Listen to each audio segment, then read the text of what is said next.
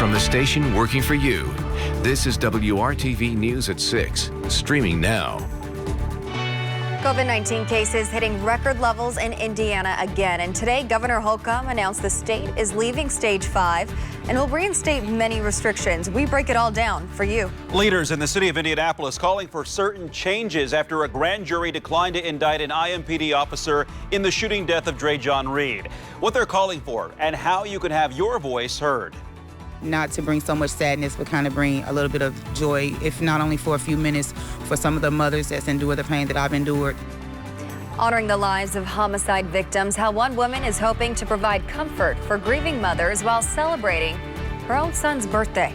Good Wednesday evening, and thanks for watching WRTV News at 6. I'm Mark Mullins. And I'm Amanda Starrentino. First tonight, another single-day record for COVID-19 cases in the state. The Indiana Department of Health reports 5,156 additional cases of the coronavirus.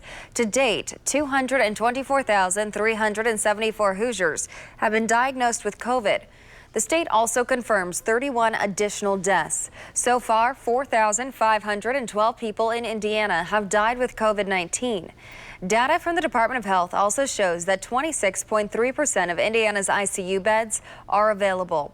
That is down from 30% of ICU bed availability just yesterday. It's because of these increased numbers that we've seen on a daily basis that Governor Eric Holcomb today has decided to take Indiana out of stage 5 of his reopening plan. There will be increased restrictions in place once again starting this Sunday, November 15th. WRTV's Stephanie Wade has monitored the governor's weekly press conferences nearly every week, including today. She joins us with what's changing so you are prepared. Stephanie. Mark and Amanda, good evening. Well, according to a White House coronavirus task force report obtained by ABC News, Indiana has the 14th highest rate of cases per 100,000 people in the country right now. And with some hospitals already at critical bed status, employees and nurses are feeling exhausted, overworked, and losing staff. The governor announced new restrictions today that will go in place starting this weekend by county. Take a look at this color-coded map you see here on your screen. It's updated every week, and right now, no county is in the blue, meaning all counties have moderate to high levels of community spread. So beginning this weekend, November 15th, counties in the orange will be limited to social gatherings of 50 people. Red counties limited at 25 people. And indoor special events must submit a plan to their local health department and receive approval before proceeding. The mask mandate also remains intact.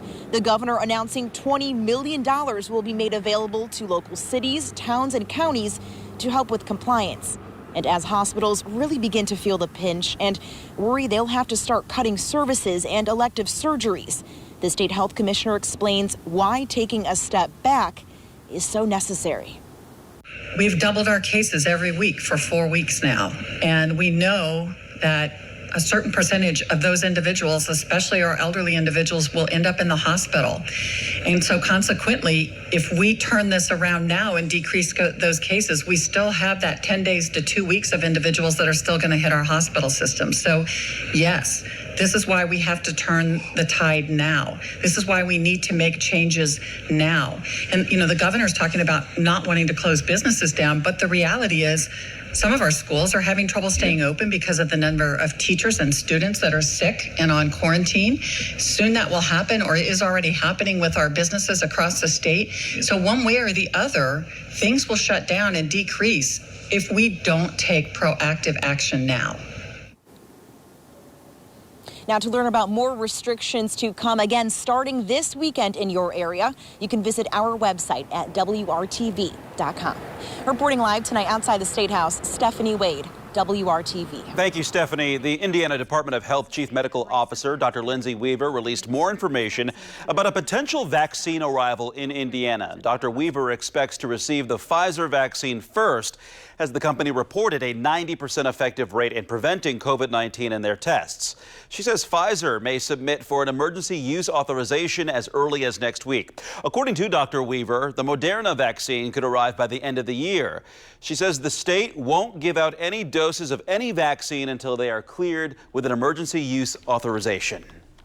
The city of Fishers announced new COVID-19 guidelines and recommendations as case numbers rise. The Fishers Health Department says the city is now in risk level 4, which means the risk for the spread of COVID-19 is high, and additional steps need to be taken to help prevent infection among residents. So the city has these recommendations. First, they say you should avoid gatherings in homes, workplaces, and churches. The Fishers Health Department says you should stay home except for essential services like school, work, healthcare, and groceries. Utilize curbside delivery and carry-out services. Work from home if possible. And make sure you wear a mask. Practice social distancing and sanitize your hands often. You can read all of the recommendations and guidelines for Fishers in this story on WRTV.com and the WRTV app. Hamilton Southeastern Schools has not made any changes to the school day yet based off of Fishers' new risk level. There is a school board meeting tonight at 7. We'll let you know if the district announces any changes there.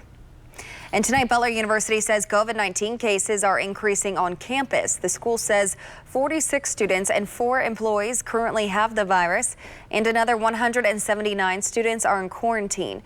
Clusters of positive cases have been found in 3 Greek houses as well as the women's soccer team. Butler students are subjected to punishment if they have been found to have violated the school's COVID-19 guidelines. The university also says they cannot test students for coronavirus before they leave campus at the end of the semester and go home. Butler is encouraging students to get tested off campus before the end of the semester. And you can find all of the updated COVID-19 numbers, the new restrictions going in place across Indiana. It's all up right now on the WRTV.com/coronavirus. It's much cooler today than it's been this week, but this is a nice, relaxing sight. It's a waterfall near the canal. Chief Meteorologist Kevin Gregory joins us with what you can expect for the rest of the work week.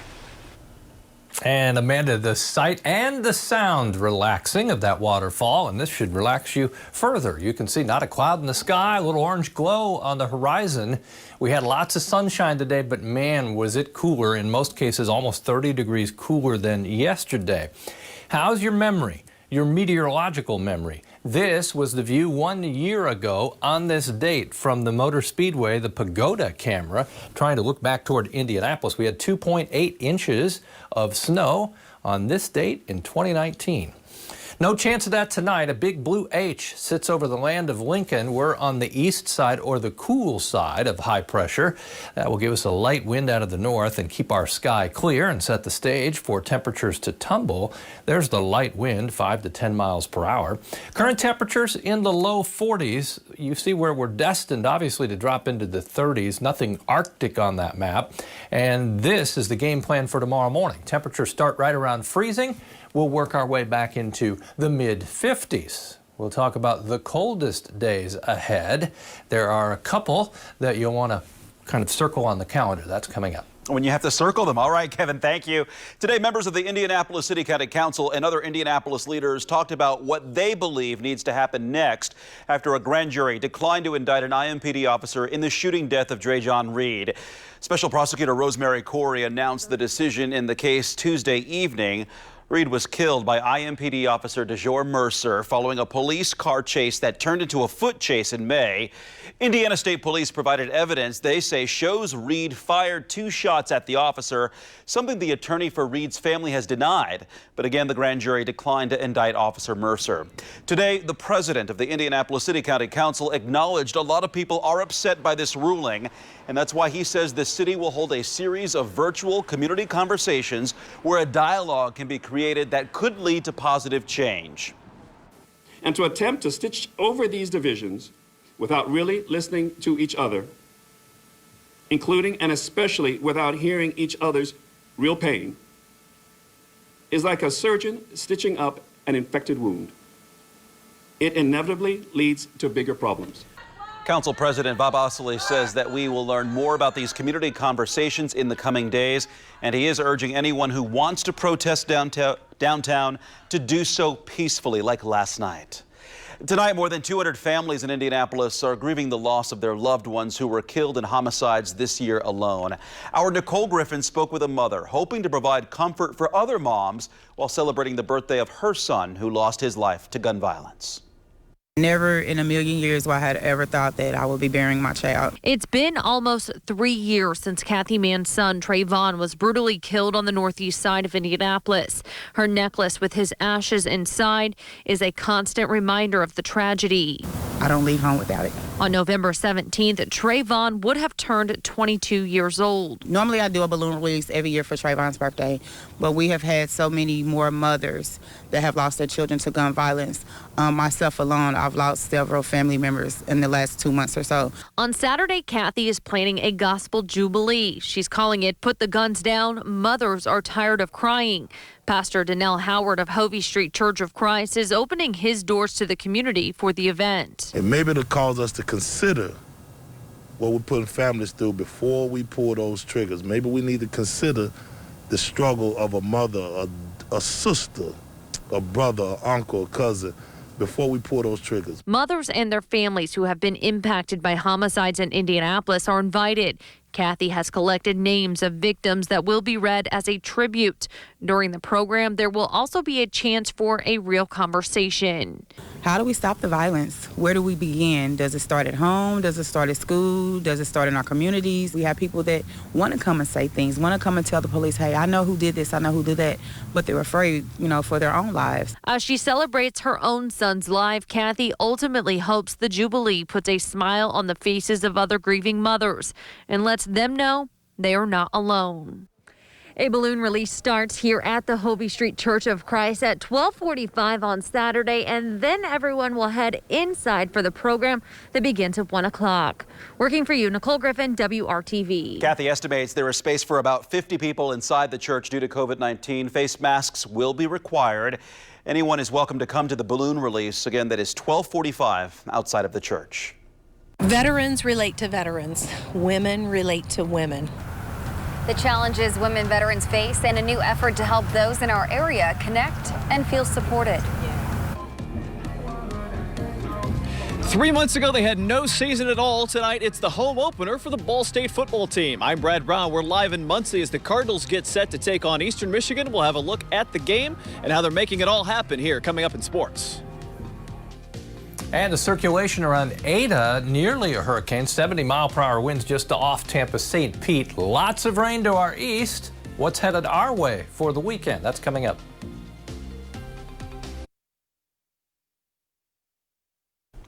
It is Veterans Day today, and as we honor all the veterans who served our country, we're also learning more about a local effort to help the more than 30,000 women in Indiana who took the oath. They often face unique challenges. WRTV's Megan Sanctorum shares how some are now working together to make sure all women veterans are supported and have the resources they need. This was back in like 1998. This picture was like 2018.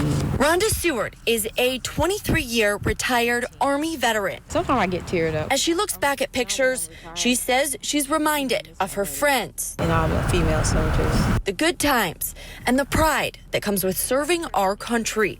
But she also remembers the challenges women in the service face. Always trying to prove yourself that I am just as good as my male counterparts, or I can do this, or you have to be tested, extra or ridiculed. A feeling that often continues even after returning home. Sometimes our service is overlooked and we are somewhat invisible. Lisa Wilkin is an Air Force veteran. I can be out with my husband with my veteran gear on, and people will thank my husband for his service. I don't believe it's something that people do intentionally. I think it's part of their, ingrained or inherent bias, and that's why it's so important to continue to bring attention to women veterans. That's why Wilkin started a listening series to connect women right here in Indiana. Some of our successes, some of our struggles, and a direct and deep conversation about military sexual trauma. It's a platform and network she hopes empowers women to keep moving forward. Why don't women self-identify as veterans? Why aren't we joining our veterans organizations, or we join and we're not active? And why it's important as women that we change that, because we need to have a voice at the table. Sometimes you seem like you are alone. And hearing those voices and from the different branches as well, there's struggles, yet we're different, but so much the same. Working for you, Megan Sanctorum, WRTV. If you want to get involved, we'll have more info about those listening series on our website at WRTV.com. Elected judges in Hamilton County are reviewing cases heard by a former magistrate convicted on drug charges. Magistrate William Greenaway was fired last year following his arrest and later convicted for meth possession and resisting law enforcement after he brought drugs from an undercover informant. Some people have asked how this impacts their cases in Greenaway's court, including cases already resolved. Hamilton County Court Administration says all cases that were awaiting decisions were reviewed by elected judges who in some cases gave the option to have the judge rehear the case. Hamilton County Court Administration tells WRTV that if you had a case in Greenaway's court and you believe you may be entitled to relief, you should review Trial Rule 60 for post-conviction relief. Greenaway is currently suspended from practicing as a judge. Well, we knew it was on the way, right? It's one thing to talk about the colder air arriving. It's a whole nother thing to actually feel it. But with the sunshine, it made it tolerable today, no doubt. Kind of give you some headlines here as we move forward. Next 2 days will stay dry. Also, lots of sunshine will accompany that. Coolest day ahead on Friday. Temperatures are stuck in the 40s Friday. As we get to the weekend, some scattered showers potentially. Let's talk about the weekend. Saturday's very cool as well. We'll struggle to hit 50, and I wouldn't be surprised if we see a snowflake mix in with some morning showers before just changing to rain. 59 on Sunday, the warmer of the 2 days, and actually that's the warmest temperature within the 7-day forecast. Let's pick up Saturday morning, the gray of cloud cover, and there comes some showers, and the pink and blue represents a rain-snow mix. That's mid-morning. Then it changes to rain as temperatures start to climb, and obviously we landed around 50 for the afternoon high. Speaking of high temperatures, you look at these high temperatures for today and you say, wait a minute, it never felt that warm. And you're right, this was just after midnight. Temperatures have been falling for most of the day. We're in the low 40s right now in the metro area. Look who's leading the way into the 30s. You head up 31 toward Tipton, Peru, Kokomo, also Muncie in there at 39. Richmond almost about ready to drop into the 30s at 40 degrees. That's where we're headed. Below the freezing mark tonight, clear sky, light wind, temperatures at 32 degrees or a little below. Next 3 days, that sunshine dominates through Friday. Friday's the coolest day, then Saturday, some scattered showers and 50. As you look at your day tomorrow, it starts with sunshine. We need that to recover from the temperatures in the morning. 54 will be your afternoon high. As you look at the 7-day forecast, temperatures over the next 7 days bounce around, with Sunday being the warmest day. We've got our weekend showers. Then we're in the 40s Monday and Tuesday. I can say this, beyond the 7-day forecast, indications are we'll start another warming trend. I don't think it'll get as warm as we just were, but above average temperatures expected then into about the 25th of November. A big night up in Muncie, and our Brad Brown is there to tell you why it's a big night. Brad? Hi, Kevin. It is a crisp night here at Schumann Stadium, but the fact that we're here for football at all was unheard of just 3 months ago. Ball State taking on Eastern Michigan tonight. This is the second of what will be a 6-game Mid-American Conference schedule. We'll talk a little more about the details of this. You remember back to the second week of August, though, the MAC was the first major conference in the country to cancel fall sports entirely. It wasn't until the end of September that they said, you know what, we're going to give a go at this, and we will see how it goes. And in fact, here we are in the second of these 6 games. Let's take it back to Ball State's first game, though. A week ago tonight, they played their rivals in Miami over at Oxford, Ohio. Great game down to the wire. For the Cardinals, though, not the best finish to that first game of the season. Ball State came out, took a 21-10 lead early in the second half. The offense was looking very good with quarterback Drew Plitt making some plays to several guys on their side of the ball. Ball State looked to be in control of the game. By the time it wound down, though, to the tail end of the fourth quarter, it was a one-possession game. Then it was tied. And Miami eventually, with 10 seconds left, came back to score the game winner.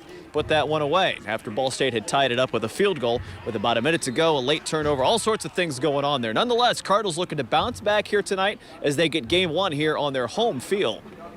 When the whole COVID thing happened and the social distancing, you were so worried as a coach about hitting in practice every day and tackling whenever you were allowed to. So we had some live periods, but nothing that would come close to being 75 plays that happened in the course of the game. So yeah, that takes some getting used to.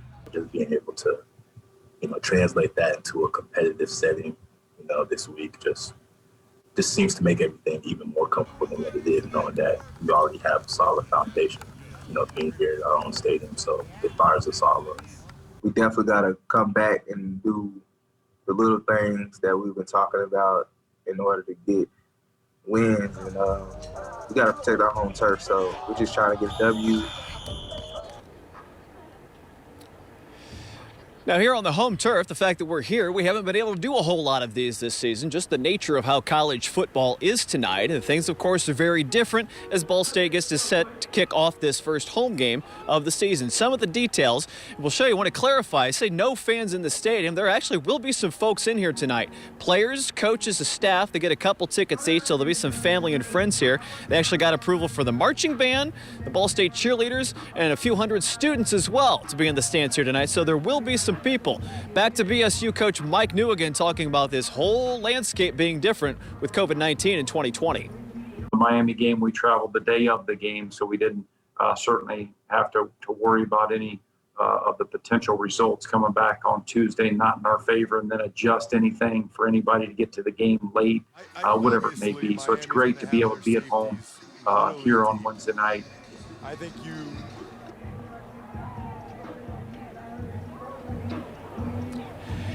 Coming up tonight on the News at 11, we'll have highlights of this game. Plus, we're going to talk with Ball State's athletic director about what it took to get to this point in the fall sports season and what is ahead with basketball on the horizon as well. We'll see you then. Time for another break. Back to wrap up the news at 6 next.